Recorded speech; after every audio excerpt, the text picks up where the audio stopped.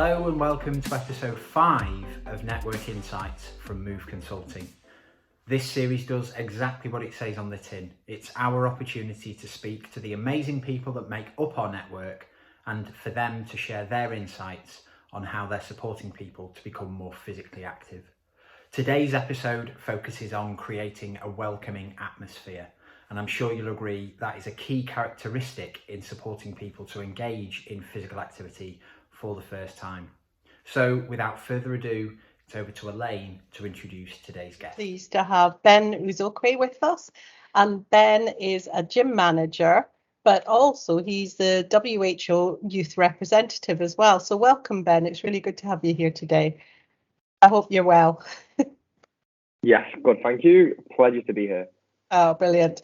So as I said, we first came across you at a session that I think Craig attended with the WHO, where you are the youth ambassador, youth representative.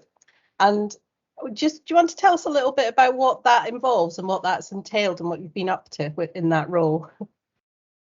Yeah, perfect. So basically, the WHO, they did like a 7-part series, all around like reinvent and rebuild. So how they can get more people engaged in physical activity. And every single week they had like a youth representative. So someone obviously younger to sort of give like more of a diverse perspective, what I thought was really good. Because especially at a lot of these parks, you don't really get that opportunity. It's mostly a lot older people who's obviously been in the fitness sector for like a lot longer. It's really good just to get like a fresh perspective and fresh insight. How I came about that opportunity, could say by luck or chance. Basically, I just seen on social media one of the companies, what they were in partnership with for looking for their youth representatives was Youth Charter. They're all about getting young people engaged in physical activity and making like the right sort of life choices as well. So seen it on social media, got in touch and went from there. It was all pretty fast. Within like 5 days, I was in the first webinar. So it was a really good experience, really good. Yeah. And so they're picking your brains basically for ideas to ensure that we're making things as inclusive as possible for young people. Is that right? Yeah, 100%. So for each webinar each week, you had a different youth representative. And in the final one, it was youth-led only. So all the youth representatives sort of got together and gave some ideas and proposals to put forward to the WHO.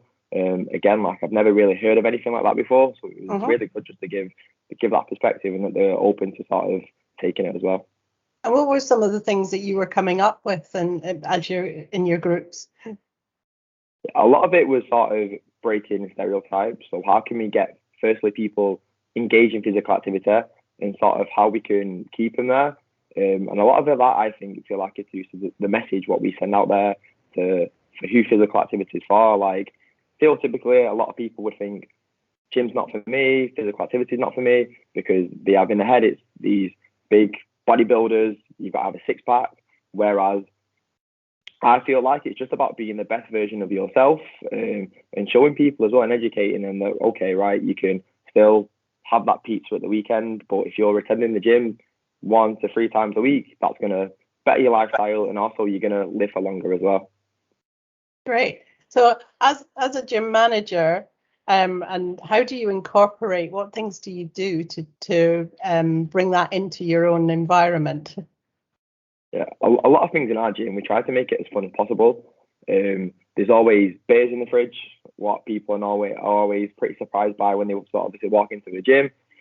People come into like an intro session where we walk around the gym, and that's one of the first things I always say, like, look, help yourself. There's always beers in the fridge. We'll bring sort of donuts in, and always trying to create like a welcoming environment. And for us, it's like little things like, do you know that person's name? Do you call them by name when you sort of greet and approach them, and just making an environment as welcoming as possible.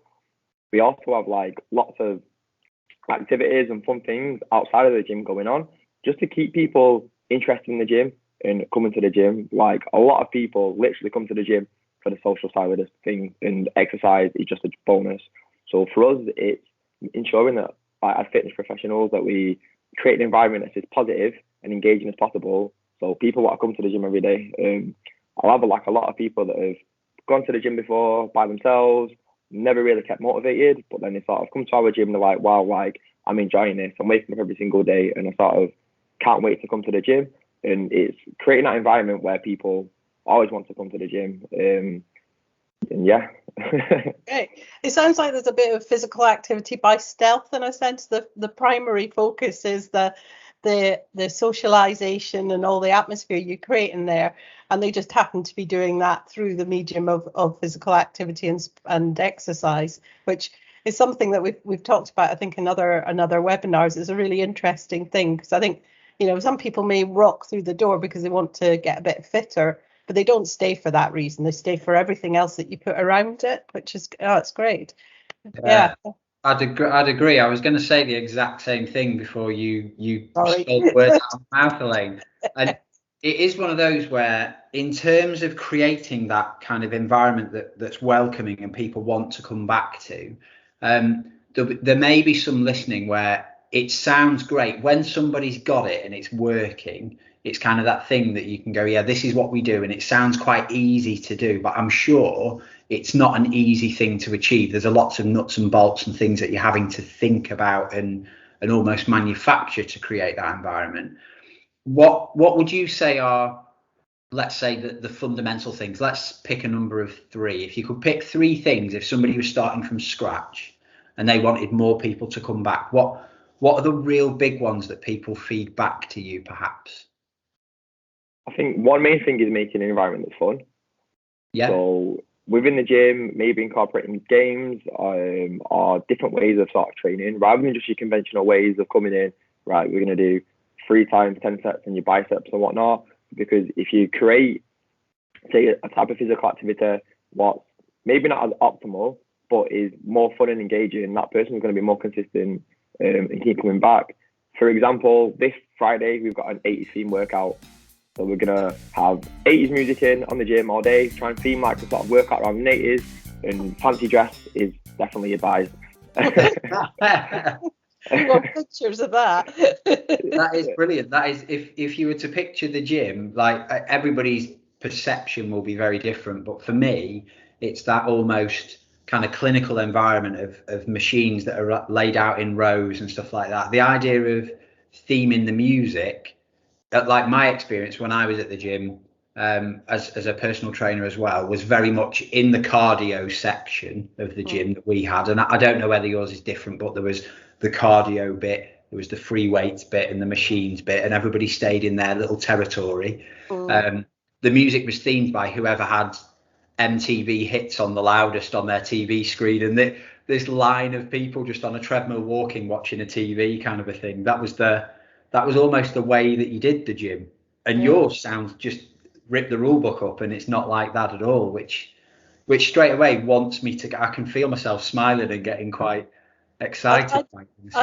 I just want to know how you managed to do shoulder press with those shoulder pads on, because those outfits were seriously, I mean, I was in Liverpool, I did sports science in Liverpool, and I remember watching women having to turn sideways to get into the toilets because the shoulder pads were that big. So I think it could be interesting.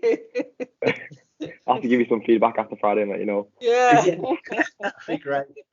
So, Ben, you mentioned you are a gym manager, so a personal trainer in that sense. What's the scale in terms of both the number of members that you have at the gym or number of clients that you work with specifically? Are you working in a group environment, in one-to-one? Is it a mixture? Yeah, at the moment we have around, I think it's around 230 users at our gym. And our model is small group personal training. Something what I feel like is very fresh, very new, but it definitely does help everybody. Well, it definitely helps initiate that environment, because you still get the one-to-one service. You still got like a personal trainer there, sort of guiding you through a session, making sure you're safe, making sure you know what you're doing, but you also get that social interaction as well. And I feel like that's massive for people staying within exercise, because for me, like training in a group, especially with people who have like sort of shared values and beliefs, is going to motivate you more to come to the gym every single day and to do better. But yeah, small group personal training, that's our model, what we use. Yeah, that works really well. And Elaine, we've spoken about this before on other episodes around the importance of social support, haven't we? Yeah. So you've alluded to it almost with the physical activity by stealth element in terms of how people engage with the service that you provide at the gym, Ben. But the bit that really brings people back from my own experience and from reading the research, let's say, is that coming with a friend or making friends at the gym, making those connections and bringing them back. Are there any bits that stand out to you, Elaine, in terms of where social support's played a role in your previous experience as well? Yeah, I think, I mean, there's a lot of people that, particularly those who are come from an inactive environment, so none of their families are active and all of that, that trying to create a social support for them is really vital, and not through obviously their family networks. Although sometimes I remember I used to do a women's running group years and years ago up in Brecon, and what we found happened was all the women came along and their partners started running on the sly. They didn't tell them they were going out running initially. So they formed their own wee group, but it wasn't obviously as formal as our one. So they sort of started doing their own little things. So they started getting active sort of because they saw their wives doing it and partners and girlfriends, and they went, oh, okay, well, let's give this a go. So yeah, I think there's that whole linking in and trying to create that group of people that are doing the same things as you are doing. So it feels like the normal thing to do for someone like you is really, really important. So yeah. Are there any incentives or kind of campaigns almost that you run, Ben, that work well for bringing people to the gym in groups, or are people generally engaging as an individual and then being placed in a group? Does that make sense? Yeah, sure. We run a lot of like referral schemes and referral campaigns, just an incentive sort of to get people, well, like a friend of a friend in the gym. And one thing what we found as well is because we mostly attract decent people and nice people, friendly people, if they refer a friend, they're mostly going to be the same and sort of share the similar sort of values and beliefs. So we do a lot of that. I know this weekend we've got like a fun day where you can bring friends and family along to sort of try out some sessions and sort of see the gym as well. So that's another incentive there. I think the gym started off basically just solely off referrals, but off word of mouth. So no exact scheme or any sort of incentives, but then over time that's just sort of grown. And yeah, going from there. Yeah. And how about the staff? Because obviously it depends on where you are. I think most staff are really friendly and engaging, but it's a slightly different approach potentially to what they've learned to do. I just wondered how you go about in terms of inducting and bringing in the right staff. Yeah, brilliant. So we run an 8-week internship program. So it's generally people who are already at university, potentially starting their level 3 or level 2 personal training qualification.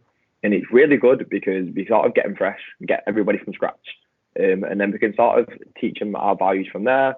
So like, it's like a progressive scheme. So like on pathway, so week 1 will be, right, just observe. Come into sessions, make some notes, observe. And right, week 2, it's like, right, they're going to let you lead some warm-ups. You don't know many people's names. I want you to implement some warm-up games. Try and make it fun. And then it progresses each week. So eventually by week 8, they've got the head around the gym, sort of what we want from our staff, and they can deliver a personal training session to our sort of standard as well. And every single employee, what we've got, I myself has gone through this process myself.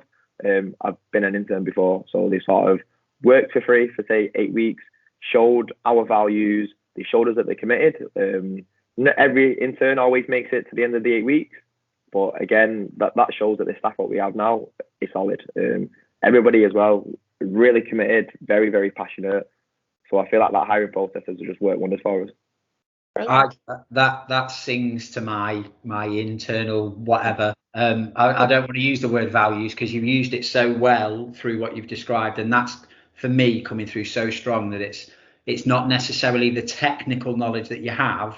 It's, are you the right fit for our organisation, for our team?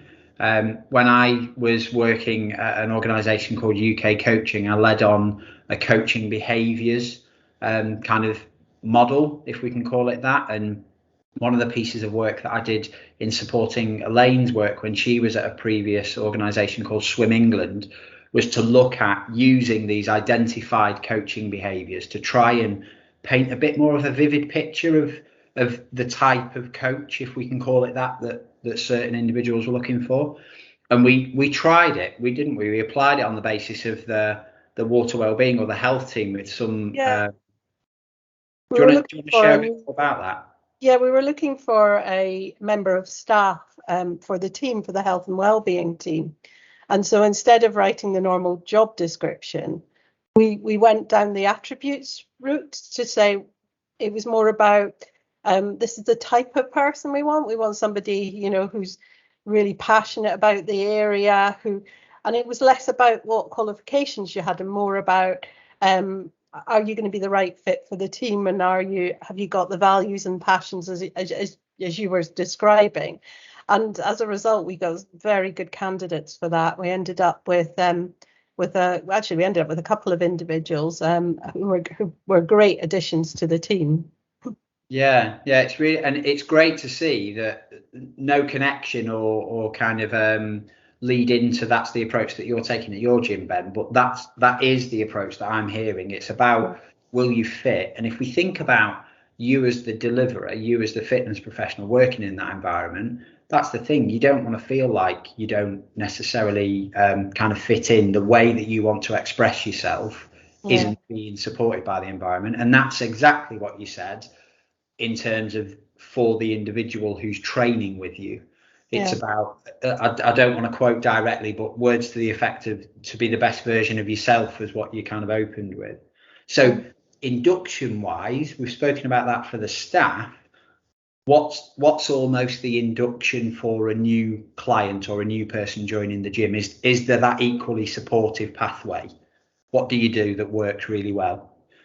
Yeah, 100%. So anybody who starts with our gym, it goes into like a 28-day foundation program. That basically makes sure that this gym is the right fit for them, but also make sure that they're a right fit for us as well. And that starts off with like a group induction. Again, we want multiple people there just to promote togetherness. Normally, well, what we found as well, some people will meet at the induction and then they'll start booking on sessions together after, what I always find is really nice as well. And within that, I try and keep it like, well, we as a team try to keep it as lighthearted as possible, try to keep it as fun as possible, throw in a few corny dad jokes, because a lot of people are very, very nervous when they first come. But again, we always just say it's completely natural to feel this way. I promise you, after the first week, you won't feel this way whatsoever. And that's normally the case. And that's just a general introduction to the gym, show them sort of more how systems work, show them a bit about us, our values, our beliefs. Again, jokes are always there. And then from there, they're ready to start booking into sessions from the Monday prior.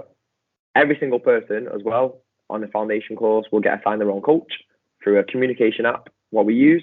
So each week, they'll be checking in just to make sure everything's going well, if there's anything else we can do to sort of help and support them.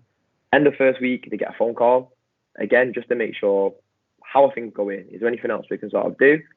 And then last week again, like, right, let's have a chat, let's start review your experience, let's make sure it's all gone well, anything we will want to look to improve on, and let's see if you're a right fit for our gym. And then we go from there into like a full-time member if they want to.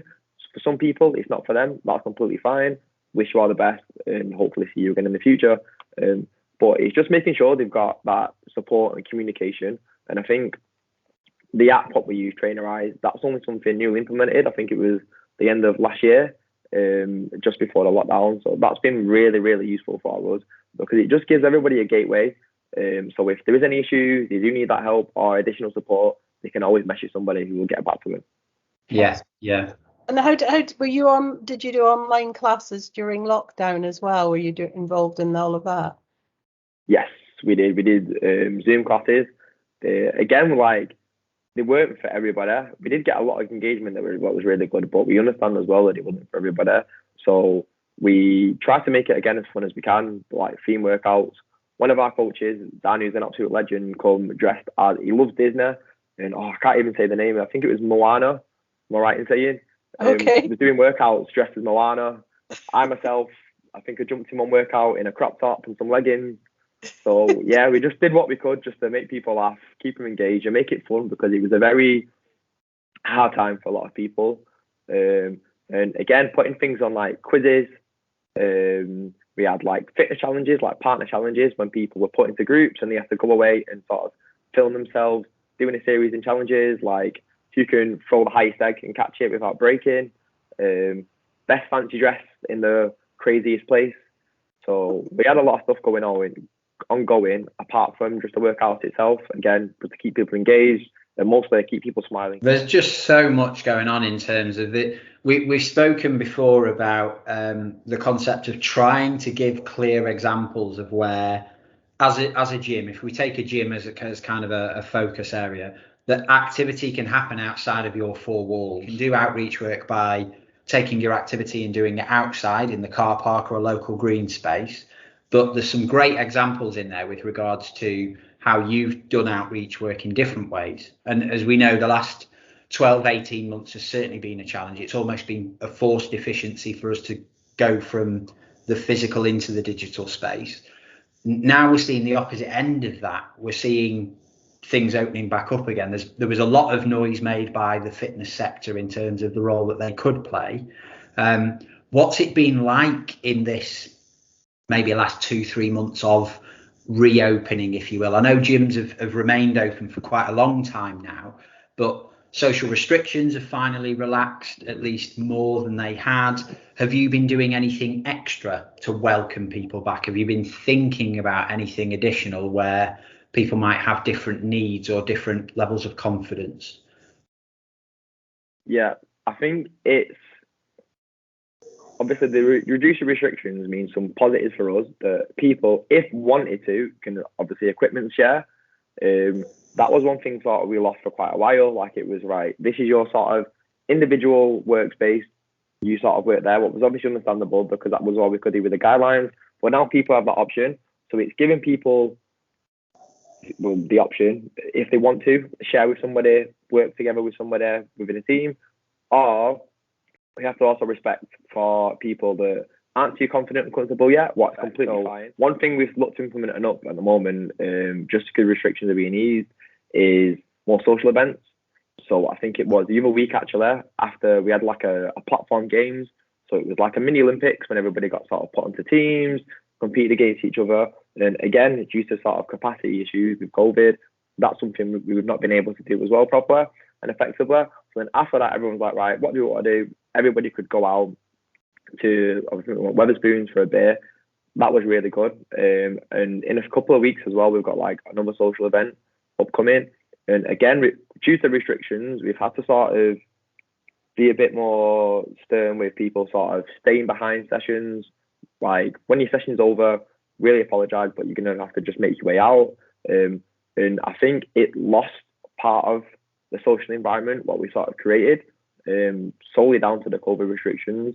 But now, every Friday, no questions asked. If people want to, there's beers in the fridge, you can stay behind, we can have a drink. If you want to come a little bit earlier, we have like a bar space and do some work before your session. By all means, come in, get a brew, and you can do some work. That's another thing as well. What we've not been able to do as well is offer brews.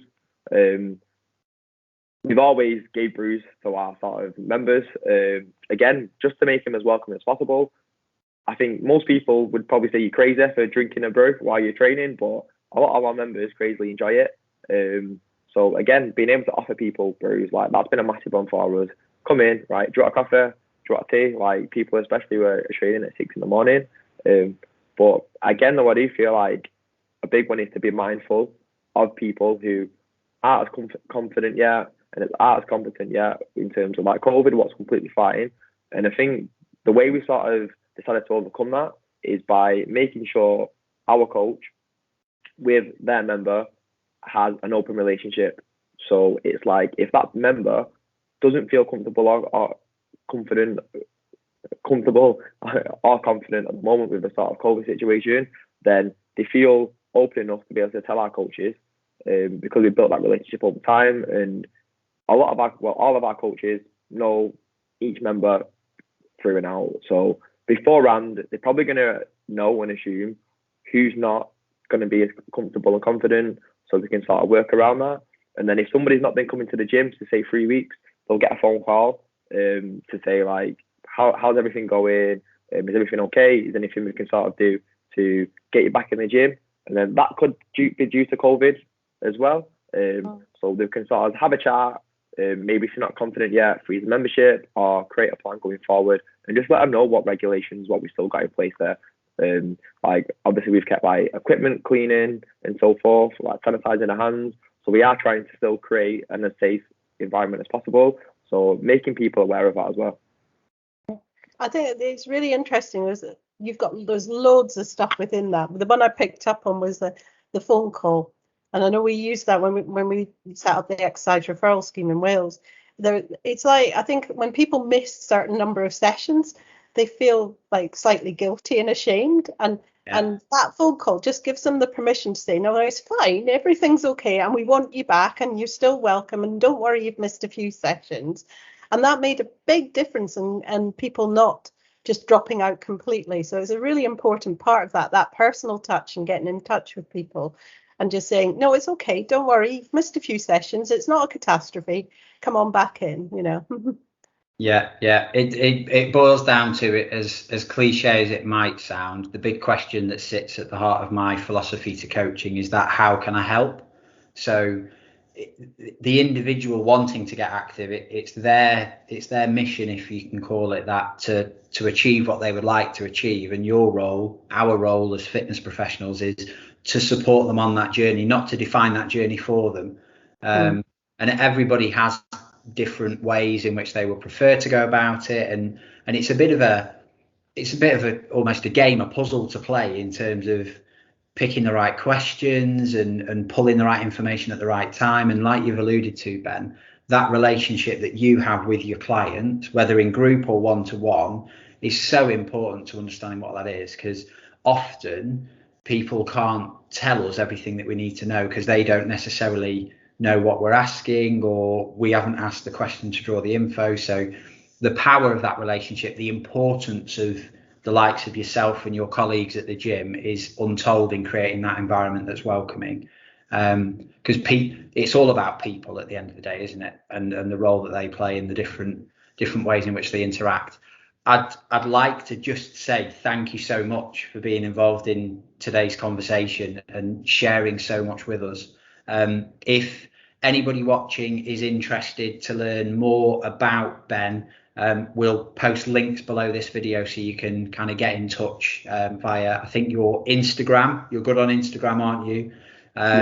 LinkedIn as well. New on LinkedIn, but we'll try and get you connected in as best as possible. If you haven't seen any of the previous episodes of Network Insights, please search the Move Consulting LinkedIn page. Give us a like and a follow, and you'll find all the details there. But apart from that, that brings us to a close today. Thank you again, Ben. Elaine, as always, it's a pleasure to have these chats. Great. See you soon.